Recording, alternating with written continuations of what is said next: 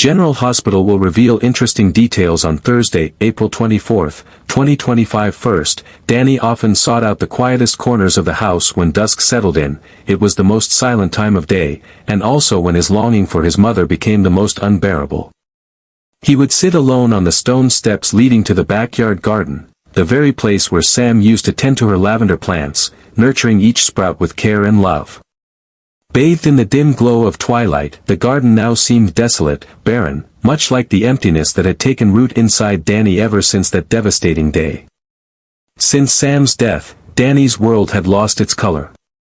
He still went to school, answered when spoken to, nodded quietly whenever someone mentioned his mother's name with sympathy, but inside, there was only silence. He didn't cry much, didn't throw tantrums, nor did he lash out like many children might after losing a parent. Instead, Dany chose to carry his grief inward, feeding it with memories, the way Sam held him every night before bed, the bedtime stories she whispered in that gentle voice, and the warm kisses he used to feel on his forehead. All of that now lived only in fragments of recollection. Jason had been looking for Dany and found him there in the backyard. His heart tightened at the sight of his son, curled up, shoulders trembling slightly beneath the chill of early evening. He didn't call out or rush toward him. Jason simply walked over and quietly sat down beside him. He didn't have to ask anything, because he already knew. He recognized that look. It was the same look he saw in his own reflection every morning. The same hollow, aching gaze of someone still bleeding from loss. Dany remained silent for a long while before speaking, his voice hoarse and barely audible. Jason had to lean in to hear it. "I miss Mom so much." The words fell out like a cracked whisper that had been buried far too long.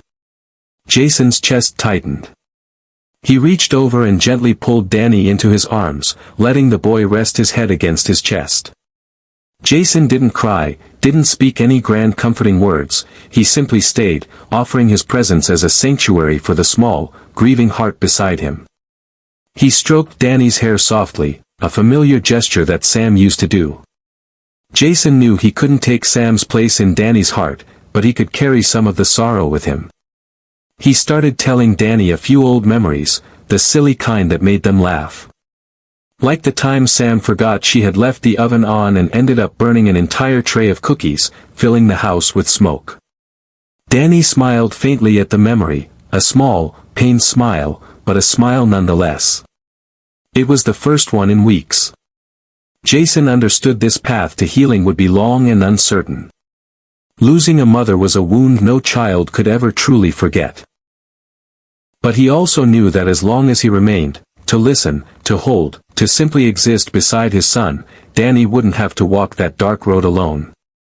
Because while grief may never fully fade, love and presence can be the lantern that helps guide a broken heart back toward the light.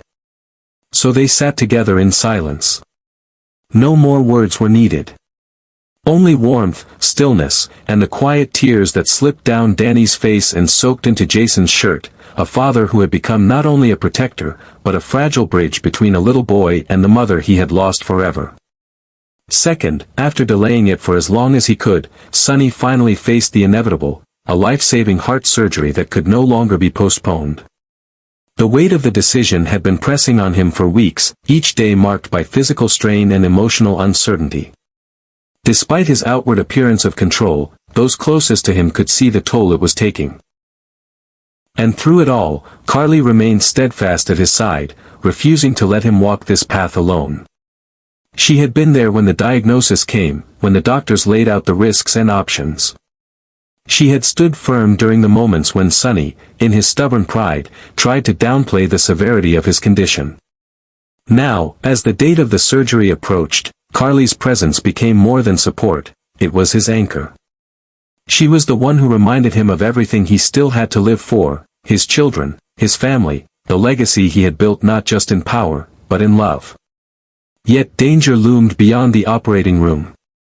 The procedure itself was risky. Any heart surgery carried its weight in uncertainty, but this particular one was made even more perilous by a shadow no one expected, Sidwell. The man had discovered Sonny's condition, and it wasn't by chance. Natalia, despite her fractured loyalties and desperation to be seen as trustworthy, had let something slip. Whether it was out of bitterness, carelessness, or manipulation, she had confided in the wrong person. Sidwell now knew Sunny was vulnerable, and that knowledge was like a loaded weapon in the hands of a man who already thrived on control and revenge. There were whispers that Sidwell had connections within the hospital, people he could pay off or influence if he wanted to. The possibility of sabotage wasn't just paranoia, it was a real threat that haunted Carly every time she looked at Sunny. Though she never voiced her fears aloud, they clung to her like a second skin. In private, she doubled down on security, quietly coordinated with trusted allies, and made sure no one, absolutely no one, would get close to the surgical team without clearance. For Carly, this wasn't just about getting through the surgery. It was about making sure Sunny came out of it alive. The hours leading up to the operation were long and heavy with silence. Sunny tried to keep his calm, masking pain with half-hearted jokes, but Carly could see through the act. She sat beside him, fingers entwined with his, whispering reassurances not because she had all the answers, but because she needed him to believe he would be okay. She needed to believe it too. Their history was full of battles, betrayals, and reconciliations, but none of it mattered now except this moment, this fight to keep him alive. As the hospital prepped for the procedure, as doctors moved swiftly behind closed doors, as monitors beeped and nurses checked vitals, there was a tension in the air that no one could ignore. Sunny wasn't just another patient. He was a man many respected, many feared, and many wanted to see fall. The walls of the hospital, once a place of healing, now echoed with uncertainty, secrecy, and danger. And somewhere not far, Sidwell waited, not with concern, but with calculation. He knew the clock was ticking. And with Sunny on the operating table, his enemies weren't watching for his recovery, they were watching for an opportunity. Third, Brook Lynn had gone through many complex emotions in her life, from family pressure, broken relationships, to a turbulent career. But nothing weighed heavier on her heart than this moment. Her anxiety wasn't just about a typical argument. It was rooted in something far deeper, more fragile, a disagreement with Dante about the subject of a child. A subject sacred, sensitive, and filled with expectations, fears, and past wounds. It had started out as an innocent conversation. Brook Lynn brought up their future, the idea of building a home together, having a family, raising a child. But instead of the warmth she had hoped for, Dante hesitated. He didn't say no, but the way his eyes shifted, the silence that followed, sent a chill through her. She couldn't understand why the man who had so often declared his love for her, who had spoken of commitment, was suddenly unsure when it came to something so meaningful. In a moment of hurt and confusion, Brook Lynn said things she later regretted. She questioned whether Dante was truly ready to be a father. She brought up his past, the brokenness from his previous marriage, his lingering guilt over Lulu, and his constant fear that he wouldn't be a good dad. She hadn't meant to attack him, but her words struck a deep nerve. And Dante didn't take it lightly. His anger wasn't about hatred, but pain, the kind that comes from feeling misunderstood, from having your deepest doubts laid bare. After the fight, Brook Lynn found herself alone in the apartment that had once been filled with laughter and warmth. She sat in silence for hours, replaying every word, every expression, every sigh from Dante. What frightened her wasn't just the argument itself, but what it might lead to. The very real possibility that Dante might walk away. She feared he would retreat, withdraw the way he had with others before, weary from too many emotional battles, unwilling to fight for one more thing that might break his heart. Brook Lynn also started to question herself. Had she pushed too hard? Was she wrong to bring up the subject of children so soon? Was it unfair to ask for clarity when she knew Dante's wounds ran so deep? But then her heart reminded her that love couldn't live in uncertainty forever. If they truly wanted to build a future together, they couldn't keep avoiding important conversations. She loved Dante, not just for his charm or his kindness, but for his complexity, his honesty, and his efforts to do better. And that made the fear of losing him even more unbearable, because she knew if she lost him, she wouldn't just be losing a man, but a vision of the life and family she had dared to dream of. She began to wonder what she should do next. Should she reach out first, or wait for Dante to cool down? Should she keep fighting for this relationship, or take a step back and give them both space? The answer wasn't clear, and Brook Lynn knew that things had already changed. The argument had become a fracture, and if they didn't work together to heal it, it might become a break that could never be repaired. In the middle of all the turmoil, Brook Lynn felt like she was standing on a ledge, one wrong move, and everything could collapse.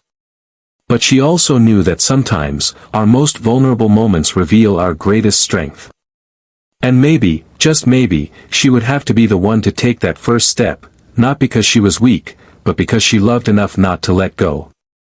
Fourth, Cody never imagined that an ordinary horseback ride could lead to such an unexpected chain of events that, in many ways, would alter the rhythm of his life. It all happened so quickly. His usually calm horse was suddenly startled by a loud sound in the distance, and in a split second, Cody lost control. He was thrown hard to the ground, landing with a brutal impact to his hip and lower back, dazed and unable to get up. Though he had always considered himself tough, having faced countless challenges in the past, this time he knew better, this was not something he could walk off. He was rushed to the hospital in a semi-conscious state, his body aching from head to toe. In the haze of bright lights and the chaotic noise of the emergency room, Cody suddenly felt a familiar hand wrap around his. It was Molly. Somehow, she was there, at just the right place, at just the right time, like a guardian angel he didn't know he needed. Molly wasn't just the first person to greet him at the hospital. She was the one who stayed throughout the entire intake process, constantly checking in with doctors and nurses, refusing to leave his bedside while he was still unconscious. As the medical team worked quickly through scans and examinations, Molly stood nearby, silent but steadfast, her eyes full of concern but steady, as though she were holding herself together just enough to keep the room from falling apart. When Cody finally began to regain consciousness, the first thing he saw was Molly's face, not panicked, not afraid, but full of something deeper. Care. A sense of calm reassurance that warmed him more than any medication could. She smiled gently and asked how he was feeling, and in that moment, Cody wasn't sure if he should be more grateful for the timely medical attention or for the fact that Molly was by his side. As he was moved to a recovery room, Molly stayed. She brought him a warm blanket, a cup of water, and even offered to text his loved ones on his behalf. She didn't do these things out of obligation, she did them like it was the most natural thing in the world. And that, more than anything, touched Cody deeply. He wasn't used to such kindness, especially not in moments of vulnerability. He had always been the one helping others, standing strong. But now, he was on the receiving end of something rare and gentle. What stood out most was the way Molly treated him, not with pity or forced sympathy, but with quiet respect. She didn't see him as a broken man lying in a hospital bed. She saw him for who he was, even in this state, capable, worthy, still whole. That kind of acceptance was foreign to Cody, but it filled him with a warmth he didn't know he'd been missing. When the doctor informed him that he would need to stay for a few more days due to a hairline rib fracture and a possible hip injury, Molly was the first to ask about pain management, follow-up plans, and room accommodations. She even pulled a nurse aside to request a quieter room for him, away from the hustle of the ER. Cody, who had always believed he could handle anything on his own, suddenly realized just how much he needed someone like her in his life. What started as a simple accident became something more, the beginning of a new connection between them. No grand declarations were made, no romantic promises exchanged. It was all in the presence, in the trust, in the way she stayed. Cody knew, somewhere deep down, that this wasn't just about physical healing. Molly had begun to mend a part of him he hadn't even realized was broken, the part that had long been missing the quiet, consistent care of someone who simply showed up and stayed. Finally, Molly had reached her limit. The pain she had been holding in could no longer be masked by soft words or the pretense of normalcy. As she stood in front of Rick, the man she once loved, admired, and trusted as her steady anchor, her eyes held nothing but deep disappointment and restrained anger. She knew the truth now. No one had to spell it out for her, the clues were too clear. And it was that realization that pushed her to draw a line, firmly, finally. Rick's accident had been chalked up by most as an unfortunate mishap, a moment of carelessness gone wrong. But Molly knew better. She had heard things, fragments of whispered conversations behind closed doors, subtle details that others might overlook, but she couldn't ignore. Everything pointed to one conclusion: Rick had brought this danger on himself through an act she could not forgive. And now, he was trying to cover it up, acting as if fate had simply dealt him a cruel hand. To Molly, it wasn't just deception, it was betrayal. She couldn't accept that the man who raised her, who taught her to stand for what was right, was now hiding behind lies and half-truths. She couldn't stand by and watch him destroy himself, all while expecting others to clean up the mess. Rick might have once been a hero in her eyes, but now he was simply a man who had lost the respect of his daughter. And what infuriated her the most wasn't his mistake, it was his assumption that she would blindly look the other way. Molly didn't scream. She didn't cry. Her voice was calm, but each word cut like a blade. She made it clear, the bond between them had changed. They were no longer just father and daughter, but two adults, each responsible for their actions and the consequences they bring. She told him she wouldn't walk away entirely, but she also wouldn't allow herself to be hurt again. She would no longer be the one trying to heal someone who didn't want to be saved. And when she turned to leave, Rick didn't call after her. He stood in silence, perhaps understanding that any excuse he could offer now would fall flat. Molly's heart still ached, but there was also a quiet sense of relief. Because for the first time, she had found the courage to protect herself, even if it meant stepping away from the man who once meant the world to her.